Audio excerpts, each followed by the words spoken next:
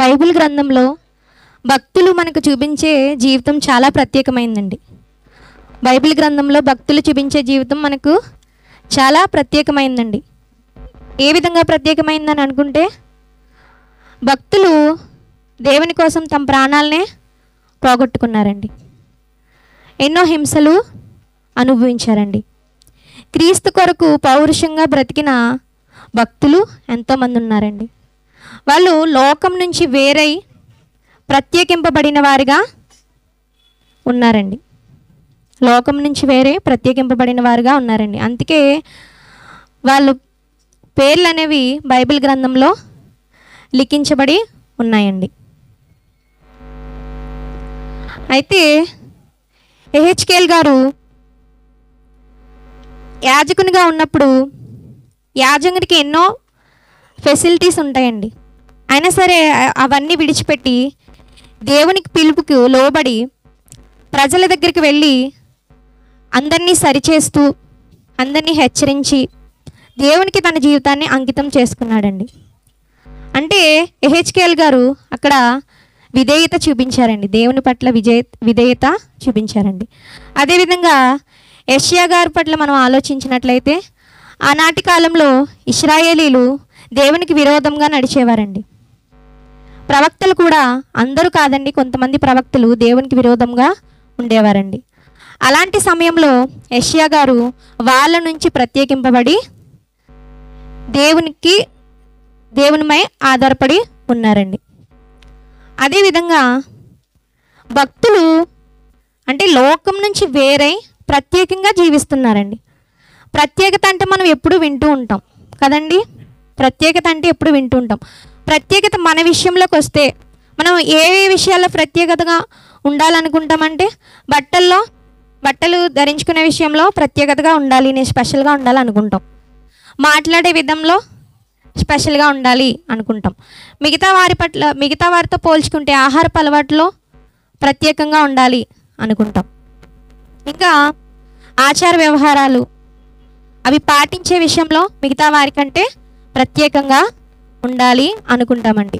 కానీ ఈ ప్రత్యేకత భౌతికపరమైందండి. ఇవి మనల్ని పరలోకానికి తీసుకెళ్తాయండి. ఇలాంటి ప్రత్యేకత మనల్ని పరలోకానికి తీసుకెళ్దండి. ప్రత్యేకత దేవుడు కోరుకున్న ఒక విలువైన లక్షణం అండి. కాబట్టి ఆ ప్రత్యేకమైన లక్షణం మనం ఎలా కలిగి ఉండాలి, ఈరోజు మనం వాక్యం ద్వారా నేర్చుకుందామండి. నేను ఒక ప్రత్యేకమైన వ్యక్తి గురించి చెప్పాలని అనుకుంటున్నానండి. ప్రత్యేకత అంటే ఎలా ఉంటుంది, ప్రత్యేకంగా ఎలా జీవించాలని ఒక ప్రవక్త చెప్తారండి. ఆ ప్రవక్త జీవితం బట్టి ప్రత్యేకంగా ఎలా జీవించాలో మనం నేర్చుకుందామండి. ప్రవక్తగా ఉండడం అంటే అది సాధారణమైన విషయము కాదండి. ప్రవక్త ఎన్నో హింసలు, బాధలు, కష్టాలు, అనేకమైన క్లిష్ట పరిస్థితులను ఎదుర్కొంటూ ముందుకు వెళ్ళాలండి. ప్రవక్తగా ఉండడం అంటే సాధారణమైన విషయము కాదండి. మనం సైనికుని తీసుకున్నట్లయితే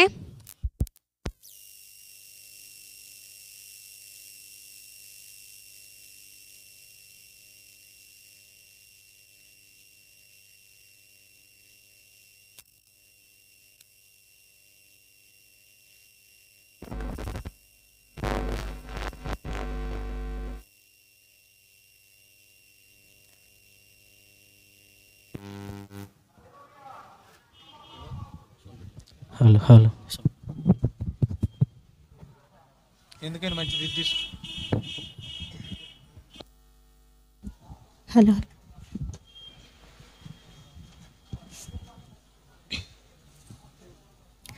ప్రవక్తగా ఉండాలంటే అది సాధారణమైన విషయం కాదండి. ప్రవక్త ఎన్నో కష్టాలని, బాధల్ని అనుభవిస్తేనే ప్రవక్తగా ఉండడానికి ముందుకు రావాలండి. అయితే ఒక సైనికుని మనం ఎగ్జాంపుల్గా తీసుకున్నట్లయితే, ఒక సైనికుని డైరెక్ట్గా సైన్యంలో చేర్చుకుంటారండి? సైన్యంలో చేర్చుకోరండి. ఎన్నో కష్టమైన శిక్షణ తీసుకున్నాకే యుద్ధంలోకి తీసుకుంటారండి, సైన్యంలోకి తీసుకుంటారు. నేను చెప్పబోయే ప్రవక్త ఎవరంటే మికాయా అండి. మికాయా, ప్రవక్త అయిన మికాయా. మికాయా గురించి మనం తెలుసుకోవాలంటే దానికంటే ముఖ్యంగా ముందుగా మికాయా కాలంలో ఉన్న రాజుల గురించి మనం తెలుసుకోవాలండి. యెహోషాపాతు అందరికీ తెలుసు కదండి. యెహోషాపాతు యూదులకు రాజుగా ఉంటాడండి. అదే టైంలో ఇశ్రాయేలీలకి ఆహాబ్ రాజుగా ఉంటాడండి.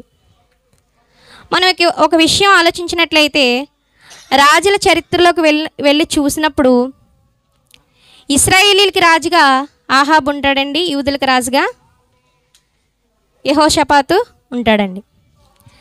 దావీదు గారి కాలంలో మొత్తం 12 గోత్రాలు ఉంటాయి కదండి. 12 గోత్రాలు ఒకే రాజ్యంగా పిలువబడతాయండి. ఆయన తదనంతరం సొలొమోన్ గారి కాలంలో దేవుడు ఒక విషయం చెప్తాడండి. ఏంటంటే నీ తర్వాత కాలంలో ఈ రాజ్యం ఏదైతే ఉందో అది రెండు రాజ్యాలుగా విడిపోతాయి, ఒక చీలిక అనేది వచ్చేస్తుంది అని దేవుడు ముందే చెప్తాడండి సొలొమోన్ గారి కాలంలో. సొలొమోన్ తదనంతరం రెహబాము కాలంలో ఈ 12 గోత్రాలు ఎన్ని రాజ్యాలుగా చీలిపోతాయండి? 2 రాజ్యాలుగా చీలిపోతాయి. 10 గోత్రాలేమో ఇశ్రాయేలీలు, 2 గోత్రాలు యూదులుగా ఉంటారండి. అయితే యూదులకి రాజుగా ఒకరు ఉంటారు, అదే టైంలో ఇశ్రాయేలీలకు కూడా ఒక రాజు ఉంటాడండి. అయితే ఈ యెహోషాపాతు కాలంలో యూదులకి రాజుగా ఎవరున్నారండి? యెహోషాపాతు. అయితే యెహోషాపాతు గురించి మనం ఆలోచించినట్లయితే ఆయన మొదట్లో మంచిగానే ఉంటాడండి, దేవునికి విధేయత చూపిస్తున్నట్లుగానే ఉంటాడండి, భక్తిగా ఉన్నట్లు ఉంటాడండి. కానీ కొన్ని దినములైన తర్వాత రాను రాను దేవునికి విరోధంగా జీవిస్తాడండి. దేవునికి ఇష్టానుసారంగా జీవించడండి. దేవునికి నచ్చని వారితో స్నేహం చేస్తాడండి యెహోషాపాతు. అర్థమవుతుంది కదండి అందరికీ. యెహోషాపాతు అనే ఒక రాజు ఉంటాడండి. ఆ రాజు ఫస్ట్ దేవుని పట్ల విధేయత చూపిస్తూ ఉంటాడండి, దేవునిలో నిలబడేటట్లుగా ఉంటాడండి. అయితే రాను రాను ఆ విధేయత ఏమవుతుందంటే తగ్గిపోతుంది అన్నమాట. విధేయత తగ్గిపోయి దేవునికి ఇష్టానుసారంగా బ్రతకకుండా లోక స్నేహం చేస్తాడండి. లోక స్నేహం చేసినప్పుడు ఆహాబుతో బియ్యం అందడానికి వెళ్తాడండి. ఎవరితో స్నేహం చేయడానికి వెళ్తాడండి? ఆహాబు రాజుతో. ఆహాబు రాజు ఎవరండి? ఇశ్రాయేలీలకి రాజుగా ఉన్నాడండి. యెహోషాపాతు ఎవరికి రాజుగా ఉన్నాడండి? యూదులకి రాజుగా ఉన్నాడండి. దినవృత్తాంతంలో 2వ గ్రంథం 18వ అధ్యాయం 1వ వచనం చూసుకున్నట్లయితే, తనకు ఐశ్వర్యమును ఘనతయు అధికంగా కలిగిన తరువాత యెహోషాపాతు ఆహాబుతో వియ్యముంది. ఎవరికి ఇక్కడ చూడండి, యెహోషాపాతు ఎవరితో వియ్యమందడానికి వెళ్ళాడండి? ఆహాబుతో. ఎంతలా స్నేహం చేస్తాడంటే చాలా ఫెవికాల్ ఎలా అతుక్కుంటుందో అంతలా స్నేహం చేస్తాడండి. స్నేహం చేసినప్పుడు ఈ యెహోషాపాతు ఆహాబు దగ్గరికి వస్తాడు కదండి. ఆహాబు దగ్గరికి వచ్చినప్పుడు ఆహాబు ఏం చేస్తాడంటే అతని కోసం విందు తయారు చేస్తాడండి. ఆ విందు తినేసిన తర్వాత అప్పుడు ఈ ఆహాబు ఏం చెప్తాడంటే, మనం రామోత్ గిలాదు మీదకి యుద్ధానికి వెళ్దాం, నువ్వు వస్తావా అని యెహోషాపాతుని అడుగుతాడండి. అప్పుడు యెహోషాపాతు నేను రెడీ, నేను వస్తాను, యుద్ధానికి వస్తాను అంటాడండి. అన్న తర్వాత ఏం చెప్తాడంటే, మనం డైరెక్ట్గా యుద్ధానికి వెళ్ళడం కాదు కానీ యెహోవా యొద్ద విచారణ చేసి మనం యుద్ధానికి వెళ్దాం అంటాడండి. యెహోవా యొద్ద విచారణ చేసి యుద్ధానికి వెళ్దాం అంటాడండి. అయితే వాళ్ళు రాజులు కదండి, ఈ యెహోషాపాతు ఆహాబు రాజులు కదండి. రాజులు దేవునితో విచారణ చేసే కంటే ప్రవక్తలు దేవునితో విచారణ చేశారనుకోండి ఇంకా బెటర్గా ఉంటుంది కదా అని యెహోషాపాతు ఆహాబుతో చెప్తాడండి. ఆహాబు ఏం చెప్తాడంటే, ప్రవక్తలతో విచారణ చేయిద్దాం అయితే అంటాడు. మొత్తం అయితే ప్రవక్తలు ఉన్నారా మన నీ దగ్గర అన్నప్పుడు, యెహోషాపాతు అన్నప్పుడు ఆహాబు ప్రవక్తలు ఉన్నారు, 400 మంది ప్రవక్తలు నా దగ్గర ఉన్నాడని చెప్తాడండి. 400 మంది ప్రవక్తలు ఉన్నారని చెప్పినప్పుడు యెహోషాపాతు అంటాడు, అయితే వాళ్ళందరూ ఖచ్చితంగా చెప్తారు కదా, దేవుని యొద్ద విచారణ చేసి చెప్తారు కదా అన్నప్పుడు ఈ ఆహాబు అందరూ చెప్తారు కానీ ఒక ఆయన ఉన్నాడు, ఆయన ఎప్పుడూ నాకు వ్యతిరేకంగానే ఉంటాడు, ఎప్పుడు నాకు అనుకూలంగా మాట్లాడు అంటాడండి. అన్నప్పుడు సరే ఏదైతే అది అవుతుంది. 400 మంది ప్రవక్తల్ని తీసుకొచ్చి కూర్చోమన్నప్పుడు 400 మంది ప్రవక్తలు వస్తారండి. ఆ ప్రవక్తలు వచ్చే క్రమం కూడా ఎలా ఉంటుందంటే, అందులో ఒక ప్రవక్త ఇనుప కొమ్ములు ధరించుకుని చాలా ఇనుప కొమ్ములు ధరించుకుని వస్తాడండి. 400 మంది ప్రవక్తలు వచ్చి వాళ్ళకి ఏర్పాటు చేసిన సింహాసనాల మీద కూర్చుంటారండి. 400 మంది కూడా వాళ్ళకి ఏర్పాటు చేసిన సింహాసనాల మీద రాజవస్త్రాలు ధరించుకుని కూర్చుంటారండి. కూర్చున్నప్పుడు ఈ ఆహాబు యెహోషాపాతు ఏం చెప్తారంటే, మేము ఇలా రామోత్-గిలాదు మీదకి యుద్ధానికి వెళ్తున్నాం, యుద్ధానికి వెళ్ళినప్పుడు మేము వెళ్ళొచ్చినా యుద్ధానికి మేము వెళ్ళొచ్చా, ఎందుకు మేము విజయం పొందుతామా లేదా, యుద్ధానికి వెళ్తే విజయం పొందుకునే కదండి రావాలి.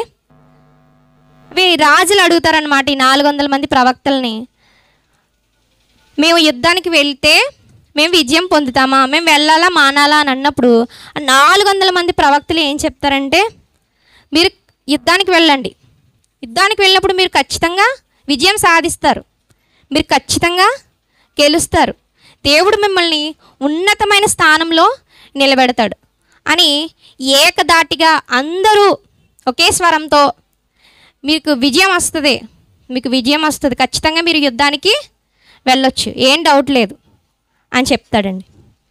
చెప్పినప్పుడు ఈ రాజులు కూడా ఏమనుకుంటారంటే, ఓహో వీళ్ళు 400 మంది ప్రవక్తలు దేవుని యొద్ద విచారణ చేసే కదా చెప్తున్నారు, అంటే దేవుడు చెప్పుంటాడు వీళ్ళకి, అయితే మేము యుద్ధానికి వెళ్ళొచ్చు అనుకున్నప్పుడు యెహోషాపాతు ఏమంటాడంటే, ఇవన్నీ నేను స్టోరీలో వివరిస్తున్నానండి.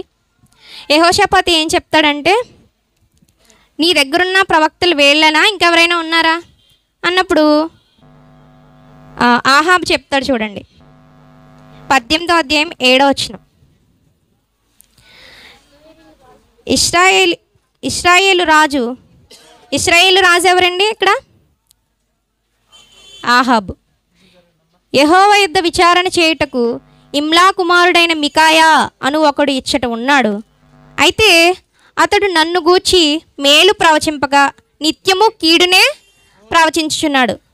కారణం ఏంటండి?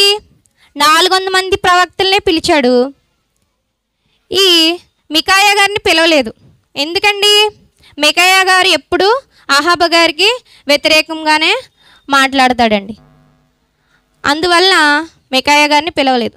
అయినప్పటికీ యెహోషాపాతు పర్లేదు, మికాయాను కూడా పిలిస్తే ఏంటన్నది మనకు తెలుస్తుంది కదా అని అన్నప్పుడు ఆహాబు ఒక పనివాడిని పంపిస్తాడండి. ఆహాబు ఒక పనివాడిని మికాయా దగ్గరికి పంపిస్తాడండి. మికాయా దగ్గర పంపించినప్పుడు ఆ పనివాడు వచ్చి అంటాడు కదా, 400 మంది ప్రవక్తలు రాజమందిరంలో ఉన్నారు, వాళ్ళందరూ ఏం చెప్తున్నారు?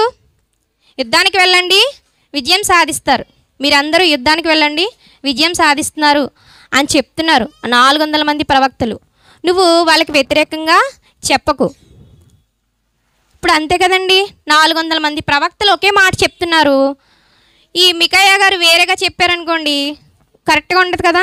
ఇప్పుడు ఇంతమంది ఉన్నామండి, మన పాస్టర్ గారు ఏదైనా క్వశ్చన్ వేశారనుకోండి, అందరూ మ్యాక్సిమం అందరూ ఒకే ఆన్సర్ చెప్పారనుకోండి, ఎవరో ఒక్కరు వేరే ఆన్సర్ చెప్పారనుకోండి, మనం ఎవరికి కరెక్ట్ అనుకుంటాం? అందరూ చెప్పింది తీసుకుంటామా కరెక్ట్ అని, లేకపోతే ఒకరే చెప్పింది తీసుకుంటామా? అందరూ చెప్పింది తీసుకుంటాం. అలాగే ఈ పనివాడిలో ఒక ఆయన వచ్చి 400 మంది ప్రవక్తలు ఒకే మాట మీద ఉన్నారు, కాబట్టి నువ్వు కూడా వచ్చి అదే మాట చెప్పు, యుద్ధంలో మీరు గెలుస్తారని చెప్పు అని పంపిస్తాడండి. పంపించినప్పుడు మికాయా గారు ఏం చెప్తారో ఒకసారి మనం చూద్దామండి. 18వ అధ్యాయం 12వ వచనం ఒకసారి చూడండి. మికాయాను పిలుచుటకు పోయిన దూత అతని కనుగొని, ప్రవక్తలు రాజు విషయమై ఏకముఖముగా మేలునే పలుకుచున్నారు, దయచేసి నీ మాటను వారి మాటలకు అనుకూలపరిచి మేలునే ప్రవచింపమనగా. చూడండి, ఈ చిన్నవాడు ఏం చెప్తున్నాడండి? రాజులందరూ ఏం చెప్తున్నారు? మేలునే పలుకుతున్నారు రాజుల గురించి. ప్రవక్తలందరూ రాజుల గురించి మేలునే పలుకుతున్నారు, కాబట్టి నువ్వు కూడా వాళ్ళకి అనుకూలంగానే చెప్పు, వ్యతిరేకంగా మాత్రం చెప్పొద్దు అంటున్నాడండి. ఇప్పుడు మికాయా ఏమంటున్నాడు చూడండి. యెహోవా జీవము తోడు, నా దేవుడు సెలవిచ్చినదేదో దానినే ప్రవచింతునని చెప్పాను. చూసారండి, ఇక్కడ మికాయా గారిలో ప్రత్యేకత కనిపిస్తుందండి. 400 మంది ప్రవక్తలు ఒకే మాట మీద ఉన్నప్పుడు ఈయన కూడా అదే చెప్పాలని అనుకోవచ్చండి, చెప్పొచ్చు. కానీ ఏం చెప్తున్నాడండి? యెహోవా జీవం తోడు, నా దేవుడు నాకు ఏం చెప్తే నేను అదే చెప్తాను, నేను అబద్ధము చెప్పను అంటున్నాడండి. మరి 400 మంది ప్రవక్తలు చెప్తున్నారు కదా ఒకే విషయం, అంటే అది నాకు అనవసరం, నేను దేవుని మెప్పు కోరాలి, మనుషుల మెప్పు కోరను. ఇప్పుడు మనం కూడా ఉన్నట్లయితే, నేను కానీ మీరు కానీ, మనం దేవుని మెప్పు కోరడానికి వస్తున్నామా లేకపోతే మనుషుల మెప్పు కోరడానికి వస్తున్నామండి? మనుషుల మెప్పు కోరితే అది ఈ భూలోకమందు ఉన్నంతసేపు పేరు అనేది వస్తుంది, కానీ దేవుని దగ్గరికి వెళ్ళినప్పుడు ఖచ్చితంగా మనం తీర్చబడాలండి.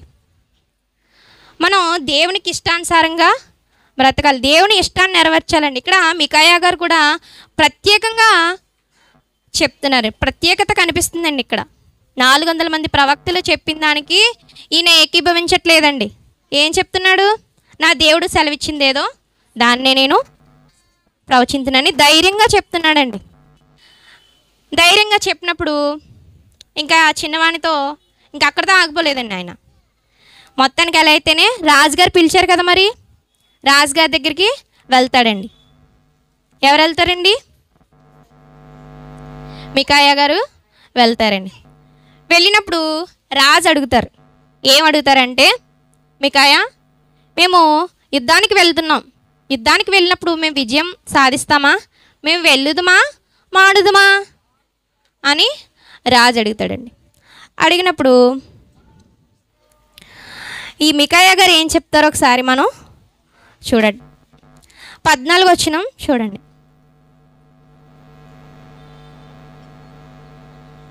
అతడు రాజు నద్దకు రాగా రాజు అతన్ని చూచి, మికాయా, యుద్ధమునకు రామోత్ గిలాదునకు మేము పోదుమా మానుదుమా అని అడుగగా అతడు, పోయి జయించుడి, వారు మీ చేతికి అప్పగింపబడదురని. ఈయన ఇలా చెప్పాడు కదండి, మీరు వెళ్ళండి, మీరు జయించుడి అని చెప్తాడు. అని చెప్పినప్పుడు రాజుకి డౌట్ వచ్చేస్తుందండి. అందుకే నెక్స్ట్ వచనంలో అంటాడు చూడండి. అప్పుడు రాజు, యెహోవా నామమును బట్టి అబద్ధము కాక సత్యమే పలుకుమని నేను ఎన్ని మార్లు నీ చేత ఒట్టు పెట్టించుకుందునని అతనితో అనగా. అంటే రాజు నమ్మట్లేదండి. అంటే ఈయన ఎలా చెప్తున్నాడు? కన్ఫ్యూజ్గా చెప్తున్నాడు. మికాయా ఖచ్చితంగా మీరు వెళ్ళండి, మీరు విజయం సాధిస్తారని చెప్పాడండి. కొంచెం అనుమానాస్పదంగా అన్నట్టు కనిపిస్తుందండి. అప్పుడు రాజు అంటాడు కదా యెహోషాపాతుతో, నేను చెప్పానా, ఈయన ఎప్పుడూ నాకు వ్యతిరేకంగానే మాట్లాడతాడు, ఎప్పుడూ నాకు కీడు చేయాలనే చూస్తాడు ఈయన, అందుకే ఇలా మాట్లాడుతున్నాడు అన్నప్పుడు ఇంకా మికాయా గారు అప్పటి నుంచి ఇంకా మాట్లాడడం మొదలు పెడతాడండి. దేవుడు ఆయనతో ఏం చెప్పారో చెప్పడానికి ప్రయత్నం చేస్తారండి. చేసినప్పుడు మీరు ఒక విషయం అక్కడ గమనించాలి. మికాయా గారిని ఆహాబ్ రాజు అలా అనడానికి కారణం ఏంటి? ఒకసారి మనం 7వ వచనంలో చూసుకున్నట్లయితే, ఇశ్రాయేలు రాజు యెహోవా యొద్ద విచారణ చేయుటకు ఇమ్లా కుమారుడైన మికాయాను ఒకడు ఇచ్చడు ఉన్నాడు. అయితే అతడు నన్ను గూర్చి మేలు ప్రవచింపక నిత్యము కీడునే ప్రవచించుచున్నాడు గనుక నేను వాని యందు పగ కలిగి ఉన్నాననగా. చూసారండి, పగ కలిగి ఉన్నాడండి. ఎవరండి? రాజు. అంటే మికాయా గారు ఎంత యథార్థత కలిగి ఉన్నారో మనం ఇక్కడ ఆలోచించాలండి. ఒక రాజు పగ కలిగి ఉన్నారంటే ఆయన ఏం తప్పు చేశాడండి? మికాయా గారు ఏమైనా తప్పు చేశారా? తప్పు చేయలేదండి. సత్యాన్నే పలుకుతున్నారు. ఈ లోకంలో సత్యం చెప్పిన వాళ్ళకే అపనిందలు వస్తాయండి. సత్యం చెప్పిన వాళ్ళకే ఎంతోమంది బాధిస్తారండి. సత్యం చెప్పిన వాళ్ళ దగ్గరికి ఎవరు రారండి. ఎవరైతే అసత్యాలు చెప్తారో వాళ్ళ దగ్గరికి మాత్రమే వెళ్తారండి. అందుకే అపోస్తలుడైన పౌలు గారు, మేము ఈ లోకమునందు మేము బలహీనులం కానీ మేము బలవంతులం, మేము దరిద్రులుగా ఉన్నాం కానీ దేవుని కోసం మేము ఐశ్వర్యవంతులం అని చెప్తారండి. అయితే మొత్తానికి ఎలా అయితేనే ఇంకా దేవుని యొద్ద విచారణ చేస్తూ చివరికి చెప్పేస్తాడండి. ఈ మికాయా గారు ఏం చెప్తారంటే నిజం చెప్తారు. ఇప్పుడు మీరు యుద్ధానికి వెళ్ళినా గెలవరు. 400 మంది ప్రవక్తలు ఏం చెప్పారు? అబద్ధాలు చెప్పారండి వాళ్ళు. ఎందుకు?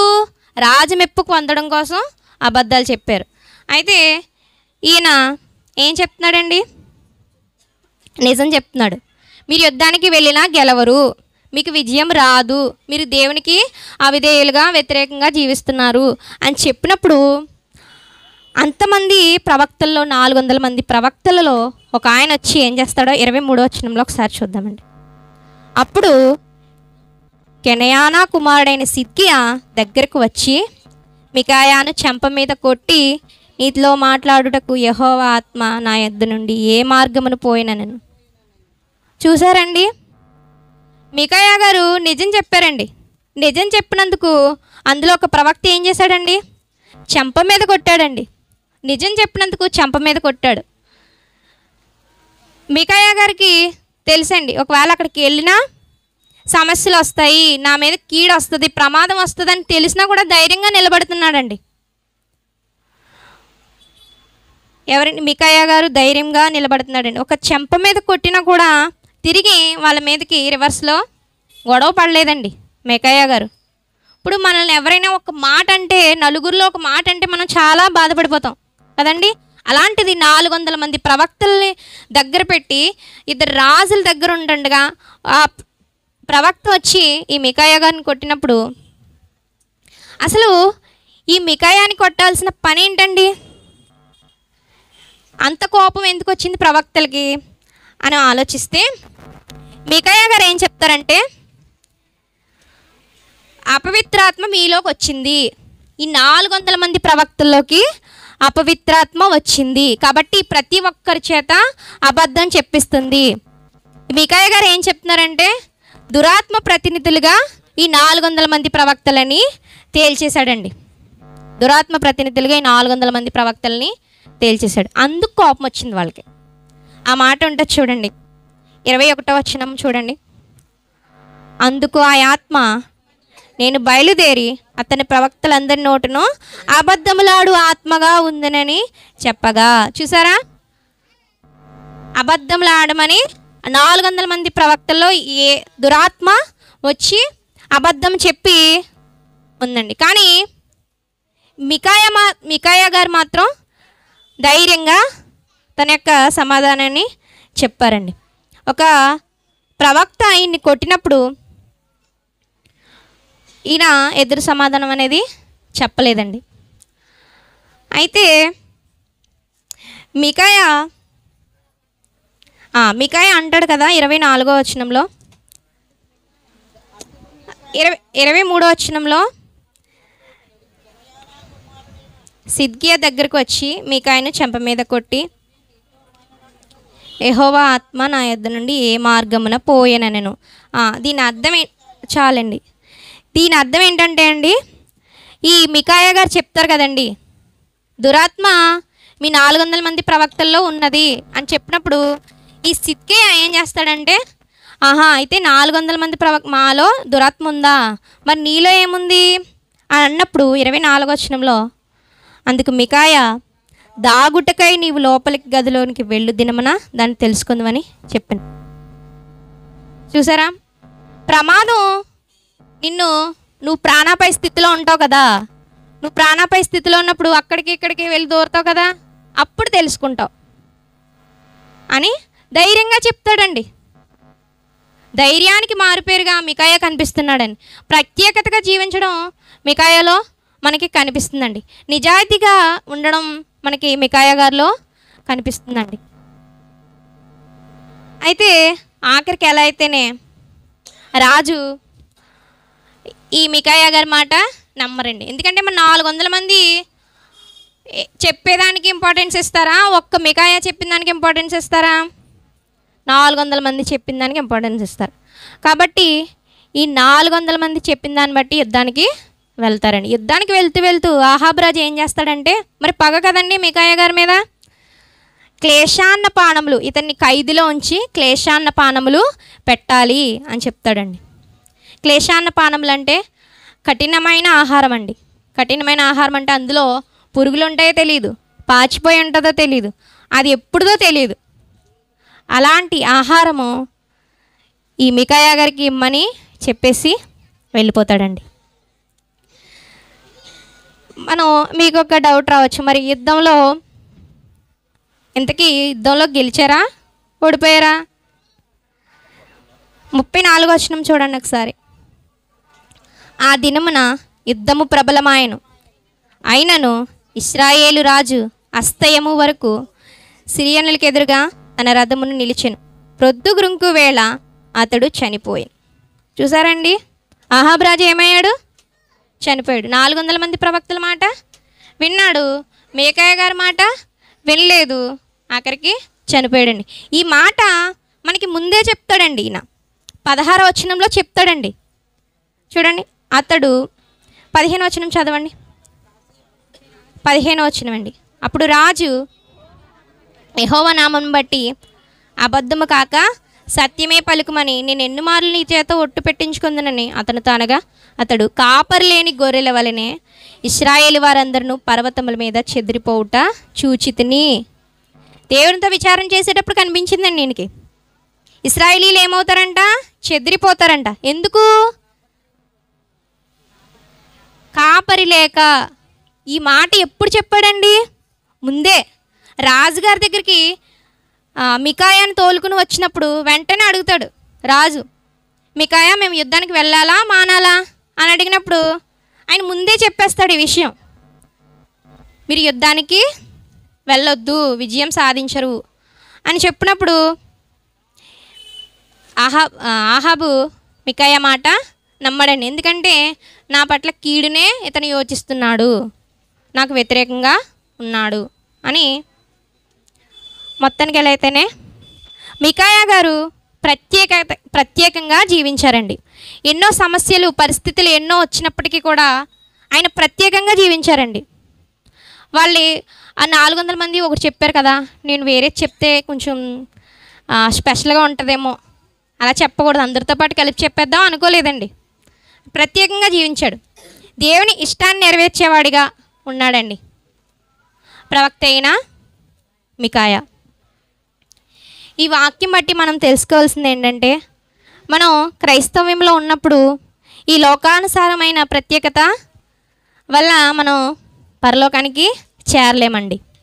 ఇప్పుడు ఒక ఇల్లు ఉందనుకోండి, ప్రత్యేకంగా కట్టుకుంటామండి, ఎంతో స్పెషల్గా అందరూ చూడగానే ఆకర్షణీయంగా ఉండాలని కట్టుకుంటాం. ఆ ఇల్లు మనకు కూడా వస్తుందండి? రాదండి. ఆ ఇల్లు ఇక్కడే ఉండిపోద్ది. కానీ మనం వెళ్ళిపోయినప్పుడు మన గురించి అందరూ చెప్పుకోవాలండి. అలాంటి ప్రత్యేకత మనం కలిగి ఉండాలి. శిష్యులు లోకానికి వేరే పరిశుద్ధత వైపు అడుగులు వేశారండి. దేవుని కోసం ఎన్నో శ్రమలు నిందలు అనుభవించారండి.